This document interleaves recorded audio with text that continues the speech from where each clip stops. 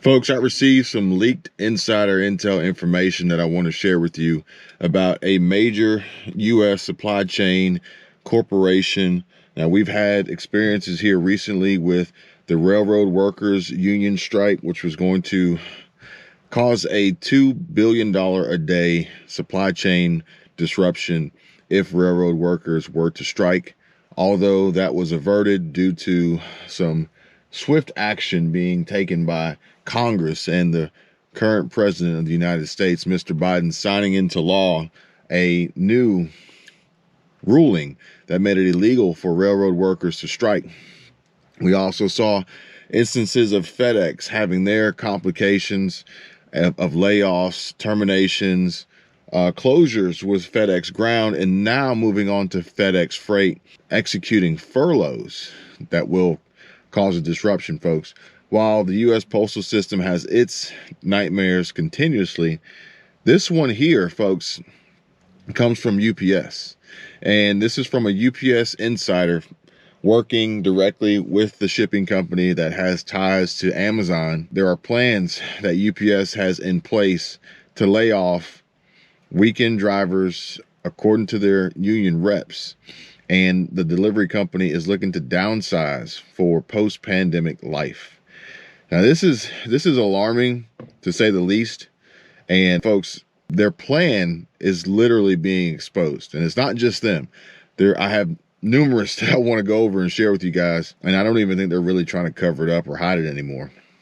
And, you know, it starts with UPS. 350,000 UPS workers may actually go on strike this summer. But the big question is, how many of these folks are going to actually lose their jobs? Because there's more to the story than just the workers going on strike. Granted, these UPS workers represent the last of good paying jobs, really, when you think about it, and that offer middle class pay, pension, and health care without requiring a college degree. The average driver earns $95K a year. But the company and the Teamsters are negotiating a new contract, and a strike might come this summer, August 1, if the two sides can't come to an agreement. Meanwhile, Sam's Club has made a big announcement, and you know who owns Sam's Club, right? Yeah, so what do they have in store, and what is happening to the stores, and does this have anything to do with the Walmart stores closing? As well as a recent report states that 65% of retail jobs could be automated within the next 2 years by 2025. And this is largely due to rising costs and wages and a tight labor market and reduced consumer spending. So, folks, I really hope you guys are paying attention to what's going on, and more importantly, paying attention to this video, because I got a lot of information I want to share with you. Welcome back, everybody. Welcome back to the channel. Welcome back to another video. My name is Kevin. Please give this video a like, subscribe to the channel, help increase the reach so that more folks can gain access to this important information, and most importantly, the truth.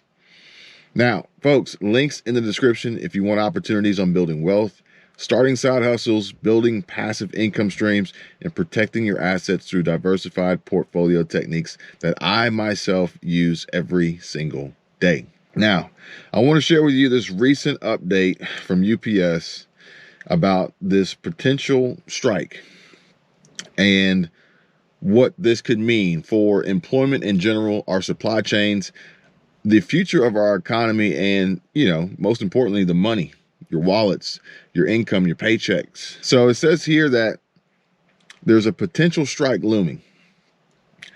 350,000 UPS workers represented by the International Brotherhood of Teamsters nationwide. Again, like I said, representing, like, perhaps potentially one of the last good paying jobs for the average Joe, guy or gal, with offering middle class pay, pensions, and health care without requiring a college degree, with an average salary income $95K a year for drivers. But the company and the Teamsters are negotiating a new contract, and a strike might come August 1 if the two sides can't come to an agreement. Now, it says that in this time of renewed labor activism, this represents an old style union situation. Rather like the threatened national railroad strike or railway freight strike in December, contrasted with the organizing in places such as Amazon warehouses and Starbucks stores, UPS has weathered several strikes in its history, most recently in 1997, which was the largest American labor action since the 1970s. Now, Congress imposed a rail settlement, and this is what I was talking to you guys about with the railroad strike and Biden signing by the president, Joe Biden himself. Because of the critical nature of the sector of the economy, railroad workers were unhappy it didn't address their immediate concerns over arbitrary scheduling and sick leave, although some individual rail companies are working to improve these conditions, which I believe one has actually offered a solution and maybe others to follow. Comment down below if you want more information and updates on the railroad situation. But such a forced settlement won't happen with UPS despite the company's size and scope. And it says that UPS delivered 6.4 billion packages in more than 220 countries and territories. And Amazon is the largest single customer of UPS. Think about that. Think about the impact that this could potentially play globally, worldwide. A big deal, folks. Now its headquarters is in Atlanta, Georgia. Now the Teamsters are concerned about many issues beyond pay, especially better compensation for part-time employees. Among other issues is bringing more part-timers on board full-time. And as I told you, insider intel reveals that UPS is already considering laying off some of their workforce. Meanwhile, we're seeing companies looking to automate jobs. Are you connecting the dots here? And it says that also for many drivers, the job is far more stressful and demanding than a customer might imagine. And they describe being subject to extreme time pressures, constant surveillance, and the risk of injury from handling heavy packages. And I've seen some videos floating around on YouTube and TikTok where some of these drivers are like being attacked. They're put into these situations, racially motivated and driven conflicts, dangerous situations, life-threatening situations. I can tell you right now that I don't think that I would really want to consider taking a job, regardless of how much it pays, that it would put me in that position. UPS and the Teamsters have the largest collective bargaining agreement in North America. The stakes are high for both sides. A strike would cut into the record profits that UPS posted in 2022, by the way. And in addition to FedEx and the Postal Service, they now include gig companies such as DoorDash, as well as Amazon, which continues to bulk up its own logistics operations from air freight to prime delivery to a customer's door. So this means that potentially maybe you could look to go a different route somewhere else besides UPS, maybe. Comment down below if I got any UPS drivers watching, or if you know any UPS drivers. Share this video with them so that they are aware of what's going on behind the scenes. Meanwhile, retail has been slower to adopt automation than sectors such as the automotive industry and the electronics sector. It has been picking up the pace, but from the introduction of basic self-checkout tills in stores like Walmart and to the use of robots and AI in supply chains, this is getting bigger, folks. And now, tight labor markets, rising wages, and consumer spending pressure are forcing the industry to go a step further, faster. 65% of retail jobs could be automated by 2025. Again, largely pushed by rising costs and wages and a tight labor market and reduced consumer spending. Global installations of industrial robots grew 31% in 2021, and year on year, while sales on service robots rose 37%, with the retail sector a significant driver of both, according to the International Federation of Robotics. And we're in 2023 now, folks. All right, now pay attention. So Mark Shirley, head of logistics at Irish-founded Primark, said that the 25 million euro or $26 million investment in the Rosendale site's automation would deliver an 8 million euros per year benefit from year 4, in addition to savings from not having to lease another warehouse.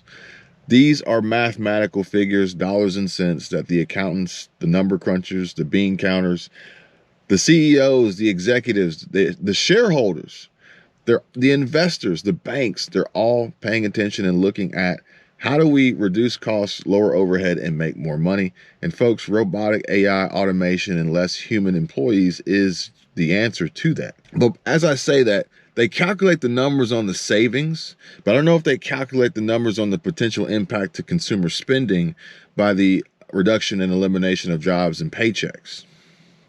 That is the critical variable that I don't even know if can really be quantified in the consumer spending habits and or abilities that will likely occur as a result of these companies laying off these people and replacing them with robots.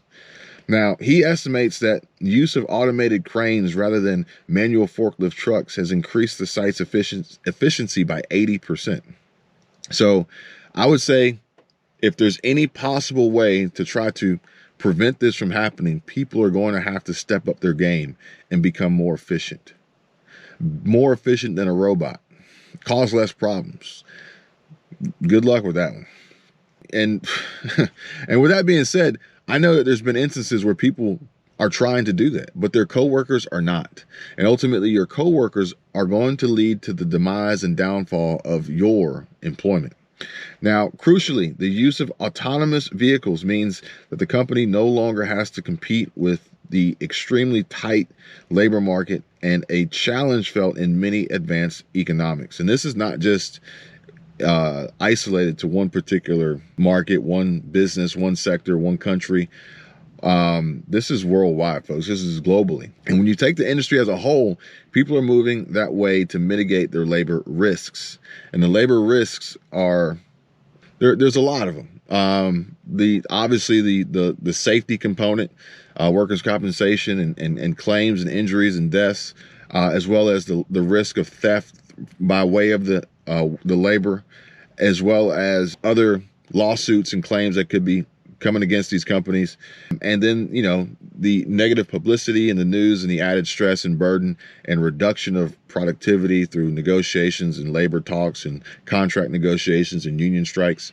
These are all playing into these companies' decisions. Now, I'm not telling people not to strike for, renewed contracts and improved conditions, working conditions and compensation. But I want you guys to understand the implications of your actions, okay? Cal Naughton Jr. said it best. Meanwhile, he estimates that the retail industry is 40% automated, but sees that jumping to 60 to 65% over the next 3 to 4 years. Very little time, folks. This is going to move very, very quickly. The march of robotics can be seen in fashion stores and food shops globally as an industry that employs millions grapples with the cost of rising wages, energy, and raw goods. This all started with the pandemic, and it's just been downhill ever since. But this snowball is growing quickly. It's getting large, okay? And at the bottom of the hill stands the pretty much average workforce that's going to just get clobbered by this AI robotic snowball that's just going to run them over and keep going like they weren't even there. We're at a stage where technology is getting better and cheaper, and the case for automation in some of those areas just becomes much more compelling. It's not hard, to understand why these companies are looking at these numbers at the bottom line and seeing the light at the end of the tunnel, the pot of gold at the end of the rainbow. They have dollar signs in their eyes, and these companies are out here providing them with solutions to make that happen. These robotics companies are looking at it, which, that being said, that may be an industry you want to look into as far as the creation of, the maintenance of, the distribution of, the servicing of robotics, AI, and technology. Now, looking at the fashion industry, McKinsey expects fashion companies to double investments in technology from 1.6 to 1.8% of their revenue in 2021 to between 3% and 3.5% by 2030. That's not a long time, folks. So they're eyeballing these projections, and they are making strides towards achieving these, if not beating these expectations. It says that fashion brands which fully integrate digital processes could cut by half the time it takes to get a product to market. That in turn could lead to an 8% rise in the sales of full price goods and a 20% drop in manufacturing costs. It's right here. It's written right here. Those same forces are driving automation in food retail sector, with companies investing in cleaning robots, electronic shelf edge labels, and, and in technology that helps them understand real-time stock levels and manage replenishment. So what that means is, let me just break that down for you. The same forces are driving automation in the food retail sector. That's grocery stores, that's Walmart, that's Whole Foods, Publix, Kroger, Albertson, Aldi, Lidl, wherever you shop, Target, doesn't matter. That's what that means, okay? Sam's Club, Costco, electronic shelf edge labels. That just means that they can change and update to the second pricing, as well as not needing and utilizing employees and workers to go around and change labels that oftentimes don't actually happen and get overlooked and are done incorrectly and inefficiently. We've sealed our fate, folks, by slacking off in a lot of these jobs while companies are not finding ways to incentivize employees to do better. They're finding ways to replace the employees to do the best. These machines and technology are going to have very, very small tolerances for error. And then they won't take offense to it and cause problems when reprimanded either and corrected. You won't see these robots creating TikToks bashing the companies that they work for. You see what I'm saying?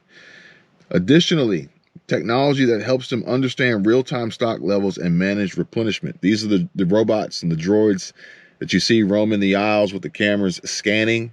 And not only will the stores be built and designed for these robots, but the products themselves will be as well, so that the scanning can be extremely efficient, and it won't just be on the surface level. Like there's going to be tags and everything. It's going to be like air tags and everything, and literally these stores are going to be able to run themselves with technology and robots that can engage with people too. It's going to be very, very interesting.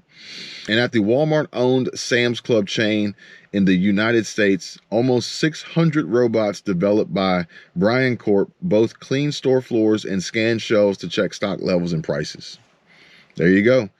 Retailers, according to Michael Sprutz, I think I'm saying his name right, Brian Corp's chief revenue officer, says that retailers are saying robots are the future and that they free up workers from tedious tasks. And his company also provides robotics for Snooks, Kroger, Carrefour, and Albert hypermarkets. He's already in the grocery stores, folks. This is already underway. We just haven't seen it rolled out full steam yet, but they're working on it.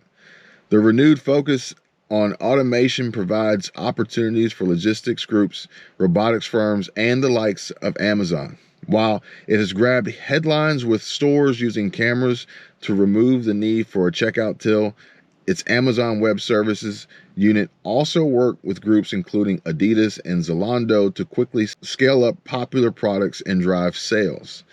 Yeah, so they're going to make it to the point at which you don't even have to check out anymore because the cameras are going to check out for you. Obviously, that means that there's going to be some form of screening process for customers to even enter the building, enter the facility. But if you pass the screening process through a facial recognition, an app, a scan of a code, a chip, or whatever it may be, fingerprint, some form of DNA scan, they'll know who you are. You'll have, and then they'll be able to apply to your account, your credit card, your debit, your digital currency, your digital dollar, your CBDC, your cryptocurrency, whatever, Bitcoin, XRP, Ripple. They'll charge you. Okay, the theft is going to be, you won't even be allowed to have the chance to steal from these stores anymore. But folks, Sam's Club is making a huge announcement. Okay, I want you guys to pay attention. This is actually somewhat of a change from what we've seen recently. Good news, bad news. I want you guys to tell me what you think, because it's not so much that Sam's Club is closing stores like Walmart, but Sam's Club is opening 30 new stores and investing in supply chains and in supply chain improvements. Now check this out. Sam's Club said on Thursday it will invest to expand its use of automated fulfillment as the wholesale chain prepares to open 30 new stores across the U.S. Walmart's closing 160 Sam's Club's opening 30. Okay, we're we're trying to make up for the loss. Okay, but over the next several years, the first store in the expansion will open next year in Florida, and the retailer will open 5 fulfillment and distribution centers this year, 2023, with the first location set to open in Georgia in Q3. The facilities will feature, here's the kicker, folks, state-of-the-art automation and robotics. Sam's Club also plans to add more fulfillment space within its stores, which at 160,000 square feet are set to be larger than most current locations. And the new stores will have space dedicated for curbside pickup and home deliveries. And Walmart is expanding its Sam Club footprint after the past few years brought remarkable growth and a record number of members. Sam's Club CEO Catherine McClay said in the announcement that the company also touted historic comparable sales growth in its decision to grow the store fleet.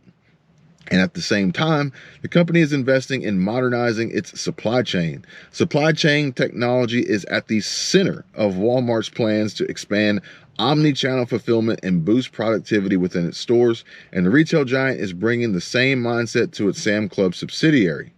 We have an opportunity to place ourselves at the cutting edge of efficiency and automation, unique to our business model. And this is according to Joseph Godsey, Senior Vice President of Supply Chain at Sam's Club. Walmart has invested heavily to integrate automation within its fulfillment operations. The retailer will build 4 high-tech fulfillment centers over the next few years and has taken a majority stake in warehouse automation technology provider Symbotic, with plans to roll out the tech across all its regional distribution centers. Technology combined with better data will allow Walmart to operate an advanced supply chain at a lower cost, according to President and CEO Doug McMillon, and what he said at the Morgan Stanley Global Consumer and Retail Conference last December. Now, if you can understand demand, get even better at focusing and forecasting with today's forecasting tools, and then have a supply chain that's got data, algorithms, and robotics in it, you can take costs out of the system that we've not ever been able to take out before. For Sam's Club, automation combined with an expanded fulfillment network will put the wholesaler closer to customers and allow it to deliver orders faster. Sam's Club will retrofit a number of existing facilities to enhance physical and digital capabilities, which the announcement says will also speed up deliveries. Sam's Club also aims to make the most of its new store locations by reserving space for fulfillment, and the new locations will also include walk-in coolers and expanded doors for outgoing delivery truck efficiency. I also think that the expanded doors are going to be for some of the new technology and robotics and AI systems that they have built that are going to be able to load these trucks. But that's just my opinion. But at the end of the day, it is very, very clear what they're doing. And it's not just Walmart, but Walmart is definitely leading the charge on this one, I think. And you've got these robotics companies and robotics firms that I hope folks are looking at for investment opportunities that are supporting these companies in these ventures of improving their fulfillment abilities, mitigating their costs, raising their revenues and profits, but in the meantime, eliminating the human workforce and other risks associated with human components of labor, theft, and other expenses in the process. And odds are this is happening 2023. We're probably going to see a lot more in 2024. And theoretically by 2030, man, it's going to be a whole new world that like we've never seen before. Folks, this is crazy stuff. What's going on? I want you guys to be aware. I want you guys to be alert and understand, recognize the warning signs, and prepare as best you can. I will continue to bring you guys future updates. All I ask in return is that you guys be kind to one another and give this video a like, subscribe to the channel, and check me out on the next one. Make sure your alerts are turned on so you get notified when I post my next video. You guys take care, be safe. I'll see you real soon.